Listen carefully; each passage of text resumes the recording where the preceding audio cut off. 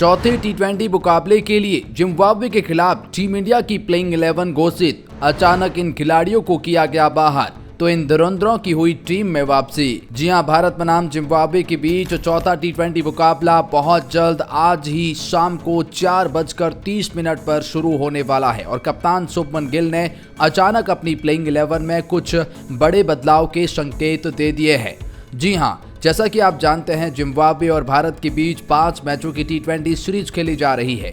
पहला टी20 मुकाबला जिम्बाब्वे ने शानदार आगाज के साथ जीत दर्ज करते हुए उस सीरीज में अपनी दावेदारी जरूर पेश करी थी, लेकिन उसके बाद दूसरा टी20 मुकाबला और फिर तीसरा टी20 मुकाबला भारत ने जीतकर इस सीरीज को 2-1 से बढ़त बना ली है। अब भारत इस मुकाबले को जीतकर अजय बढ़त हासिल करना चाहेगा, तो जिम्बाब्वे इस जीत के साथ सीरीज में 2-2 की बराबरी के रोमांच भी लेके आना चाहेगा। उस लिहाज से भी जिम्बाब्वे क्रिकेट टीम अपनी पूरा जोर लगाने वाली है, लेकिन कप्तान शुभमन गिल जानते हैं कि टीम इंडिया की प्लेइंग 11 में कुछ बदलाव अभी भी करने होंगे, क्योंकि अभी तक वो सेटलमेंट नजर नहीं आ रहा है। कुछ खिलाड़ी जिन्हें आराम दिया गया था तीसरे टी20 मुकाबले में, उनकी वापसी होगी। कुछ खिलाड़ी जिन्हें बदलाव के तौर पर देखा जाएगा। तो आइए आपको बताते हैं तीसरे टी20 मुकाबले के बाद अब चौथे टी20 मुकाबले में टीम इंडिया की प्लेइंग 11 क्या होगी, कौन सी खिलाड़ियों को शुभमन बाहर का रास्ता दिखाएंगे, तो किन युवा खिलाड़ियों की अचानक टीम में एंट्री कराएंगे। एक एक करके पूरी प्लेइंग 11 आपको बताएंगे। लेकिन आगे बढ़ने से पहले अगर आप भी है टीम इंडिया के फैन, तो वीडियो को कर दीजिए लाइक और चैनल को कर दीजिए सब्सक्राइब। बेल आइकॉन को दबाएं ताकि क्रिकेट अपडेट आपको मिलती रहे, और कमेंट सेक्शन में इस टीम में अपने फेवरेट खिलाड़ी का नाम जरूर बताएं। सबसे पहले ओपनिंग पेयर की बात करते हैं, तो पहले पायदान पर नाम अभिषेक शर्मा का आता है। देखिए, अभिषेक शर्मा वो खिलाड़ी है जिसने आईपीएल में ओपनिंग पेयर में बहुत ही कमाल का प्रदर्शन किया।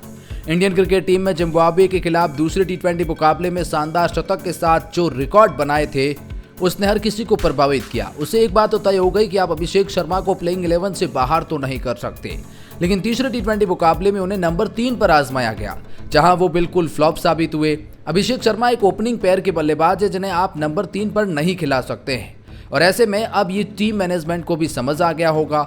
उस लिहाज से साफ तौर पर संकेत हैं कि अब चौथे टी20 मुकाबले में अभिषेक शर्मा को ओपनिंग पेयर का हिस्सा बनाया जाएगा, और ये खिलाड़ी ओपनिंग पेयर में कितना खतरनाक हो सकता है ये बताने की जरूरत शायद आप लोगों को नहीं पड़े, क्योंकि इस खिलाड़ी ने अपना मेडन सेंचुरी जो शतक लगाया था वो छक्के से लगाया था, अपना खाता छक्के से खोला था, अर्धशतक सिक्सर से लगाया था। तो इस खिलाड़ी की काबिलियत पर बिल्कुल भी शक मत कीजिए, बस इन्हें ओपनिंग स्लॉट में लगातार मौके दीजिए। ये उन मौकों को कैसे बुनाते हैं और अपनी छाप कैसे छोड़ते हैं, ये उन पर निर्भर करता है। और जैसा कि उन्होंने अपने दूसरे मुकाबले में छाप बताई थी, और इनके साथ में नाम यशस्वी जायसवाल का आएगा। अब यशस्वी जायसवाल भी किस ओहदे की बल्लेबाज है शायद हर कोई जानता है। टी20 वर्ल्ड कप में चैंपियनशिप का हिस्सा रहे थे, लेफ्ट एंड राइट कॉम्बिनेशंस के लिहाज से भी जरूरी है, और ये अटैकिंग अप्रोच से आते हैं। ये पहली गेंद से बड़ा शॉट लगाने का मादा रखते हैं। यशस्वी जायसवाल पावर प्ले को डोमिनेट कर सकते हैं, इनके पास वो क्लास वाला खेल भी दिखाई देता है। जरूरत पड़ने पर जायसवाल धैर्य भी दिखा सकते हैं। धीरे धीरे ये खिलाड़ी मैच्योर हो रहा है और टीम में अपनी जगह परमानेंट पक्की कर रहा है। तो ऐसे में यशस्वी जायसवाल और अभिषेक शर्मा के रूप में टीम इंडिया की एक नई ओपनिंग जोड़ी आपको चौथे टी20 मुकाबले में दिखाई देने वाली है। बहुत ही खतरनाक ओपनिंग जोड़ी होगी, और दोनों ने अगर अटैकिंग अप्रोच से शुरुआत कर दी तो सामने कोई भी टीम हो बैकफुट पर चली जाएगी। नंबर 3 पर शुभमन गिल को आना होगा। देखिए, शुभमन गिल के पास वो गेयर नजर आते हैं, वो खेल नजर आते हैं कि वो नंबर 3 पर सेटल हो सकते हैं। जिस तरह से इन्होंने अपने आप को वनडे फॉर्मेट और टेस्ट फॉर्मेट में नंबर 3 पर धकेला है, नंबर 3 पर खुद को भेजा है, वैसे ही अब टी20 में भी उन्हें नंबर 3 पर जाना होगा। हाँ, ये बात अलग है कि आपने पहले 2 टी20 मुकाबलों में शानदार बल्लेबाजी नहीं करी, उसके बाद तीसरे टी20 मुकाबले में आपके बल्ले से एक अर्धशतकीय की पारी आई, लेकिन उसमें भी स्ट्राइक रेट की चर्चा रही थी। अगर वही गेंदें अभिषेक शर्मा या यशस्वी जायसवाल खेल लेते तो रन बहुत ज्यादा होते, इंडिया 200 के पार जाता, और उस लिहाज से इन दोनों का ओपनिंग पेयर में खेलना तय है। और शुभमन का ये गेम नंबर 3 पर ऐसे चल सकता है। इनके पास वो सारे गियर नजर आते हैं। शुभमन गिल भी सिंगल डबल स्ट्राइक रोटेट करना, गैप्स को फाइंड करना, और जरूरत पड़ी तो फिर अग्रेसिव बल्लेबाजी भी शुभमन गिल कर सकते हैं। बतौर कप्तान भी अपने आप को प्रभावित कर रहे हैं। नंबर 3 पर शुभमन गिल को खेलना होगा। टीम हित के लिए ये एक बहुत बड़ा डिसीजन रहेगा। तो नंबर 4 पर रियान पराग की एंट्री होने वाली है। जी हाँ, रियान पराग वो खिलाड़ी हैं जिन्हें तीसरे टी20 मुकाबले से बाहर का रास्ता दिखाया गया। पहले टी20 मुकाबले में जल्दी आउट हो गए, दूसरे में मौका ही नहीं मिला। फिर ऐसे में अब रियान पराग को एक बार फिर से चौथे टी20 मुकाबले में टीम इंडिया में जगह दी जाएगी। रियान पराग वो खिलाड़ी है जिन्होंने आईपीएल में बहुत ज्यादा प्रभावित किया है। राजस्थान रॉयल के लिए मुश्किल सिचुएशन में आके रन बनाए हैं और जिसकी वजह से इन्हें टीम इंडिया में एंट्री दिलाई गई है। और ऋतुराज गायकवाड़ चूंकि पिछले कुछ समय से लगातार खेल रहे हैं 3 T20 मुकाबलों में, तो उन्हें इस मुकाबले में आराम दिया जा सकता है और उनकी जगह पर जो मौका मिलेगा वो रियान पराग को मिलेगा, क्योंकि युवाओं को मौका देना भी जरूरी है। और उस लिहाज से रियान पराग आपको नंबर 4 पर दिखेंगे। तो नंबर 5 पर संजू सैमसन विकेटकीपर बल्लेबाज।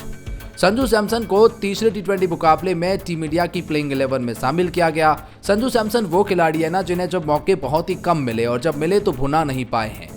अब संजू सैमसन के पास एक अच्छा मौका है। चौथे T20 मुकाबले में बल्लेबाजी की जरूरत पड़े तो इन्हें अपनी बल्लेबाजी से दिखाना होगा कि वो किस तरह से टीम को अप्रोच करते हैं। वैसे संजू की काबिलियत से तो हर कोई वाकिफ है। इनके पास विकेट कीपिंग की काबिलियत है, इनके पास कप्तानी के सारे गुण नजर आते हैं, एक मैच्योर खिलाड़ी नजर आते हैं, इनके पास वो सारे शॉट नजर आते हैं जो एक फिनिशर के पास होते हैं। फिनिशिंग की भूमिका संजू सैमसन बड़े आसानी से निभा सकते हैं और फिर कहीं ना कहीं अटैकिंग अप्रोच भी दिखा सकते हैं। बड़े बड़े शॉट लेकर का ये काबिलियत इस खिलाड़ी के पास, संजू सैमसन के पास बखूबी नजर आता है। उस लिहाज से भी संजू सैमसन टीम इंडिया की प्लेइंग 11 में नंबर 5 पर विकेटकीपर बल्लेबाज के तौर पर खेलेंगे। तो नंबर 6 पर रिंकू सिंह की एंट्री हो चुकी है। जी हाँ, रिंकू सिंह एक बहुत बड़े बल्लेबाज है इस इंडियन टीम की प्लेइंग 11 में। लेफ्ट हैंडेड बल्लेबाज के तौर पर लेफ्ट एंड राइट कॉम्बिनेशंस भी इनके लिए जरूरी है। रिंकू सिंह की काबिलियत, फिटनेस एक अव्वल दर्जे पर नजर आती है।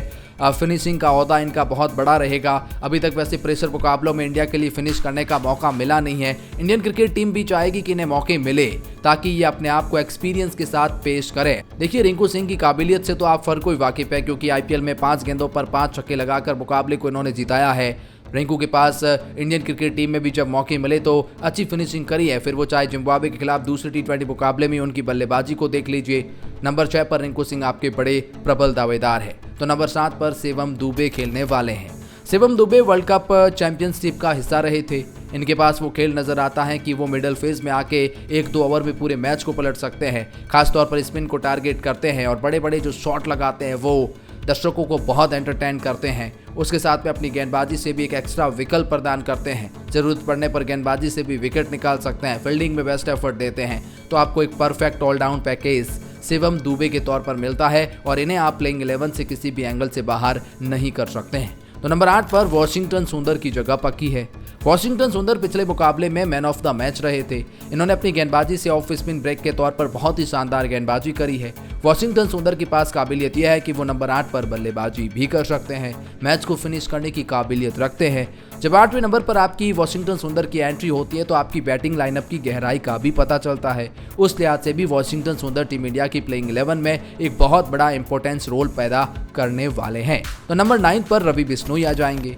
देखिए, रवि बिश्नोई की गेंदबाजी से तो हर कोई वाकिफ है। जिस तरह से ये गेंदबाजी करते हैं, बड़े बड़े बल्लेबाज छकाते हैं, इनका एक्शंस बहुत ही कमाल का है, क्विक आर्म एक्शन है। इनकी गुगली गेंदों को पट पाना इतना आसान होता नहीं है किसी भी बल्लेबाज के लिए। क्विक आर्म एक्शन है राशिद खान की तरह। कुछ समय पहले आईसीसी के नंबर 1 गेंदबाज रहे थे। पहले और दूसरे T20 मुकाबले में इतनी कंजूसी गेंदबाजी करी है कि क्या ही कहना। एज कम्पेयर टू इन 2 मुकाबलों से तीसरे मुकाबले में वो थोड़े से महंगे रहे थे। लेकिन रवि बिश्नोई आपके नंबर 9 पर पक्के हैं। तो 10वीं पायदान पर मुकेश कुमार की एंट्री होने वाली है। जी हाँ, मुकेश कुमार पिछले कुछ समय से भारतीय क्रिकेट टीम में लगातार प्लेइंग 11 में रह रहे हैं। जब मैन गेंदबाज नहीं होते हैं तो मुकेश कुमार आपको एक मैन बॉलर का रोल पैदा करते हैं। जिम्बाब्वे के खिलाफ खेले गए 2 मुकाबलों में जी हाँ इन्हें खिलाया गया और महत्वपूर्ण समय में विकेट चटकाए। तीसरे मुकाबले में आराम दिया गया, लेकिन चौथे मुकाबले में वापसी होने वाली है नई गेंद से विकेट चटकाने की काबिलियत। और उसके बाद में 11वें पायदान पर जो नाम आएगा वो खलील अहमद का आएगा। जी खलील अहमद को लगातार मौका मिल रहा है इस T20 सीरीज में और इसमें भी मिलेगा। खलील अहमद एक अच्छी गेंदबाज है, लेफ्ट आर्म है और वो कहीं ना कहीं एक मुश्किल परिस्थितियां पैदा कर सकते हैं जिम्बाब्वे के लिए। अभी तक वैसा तो प्रभावित नहीं कर पाए हैं। तो खैर, इस तरह से प्लेइंग 11 रहेगी जहां मैं मानता हूं कि आवेश खान को आराम दिया जाएगा, मुकेश कुमार की एंट्री होगी, अभिषेक शर्मा को ओपनिंग स्लॉट में भेजा जा सकता है और रियान पराग को भी प्लेइंग 11 में मौका मिल सकता है। आपकी क्या राय है इस बारे में? कमेंट में बताएं।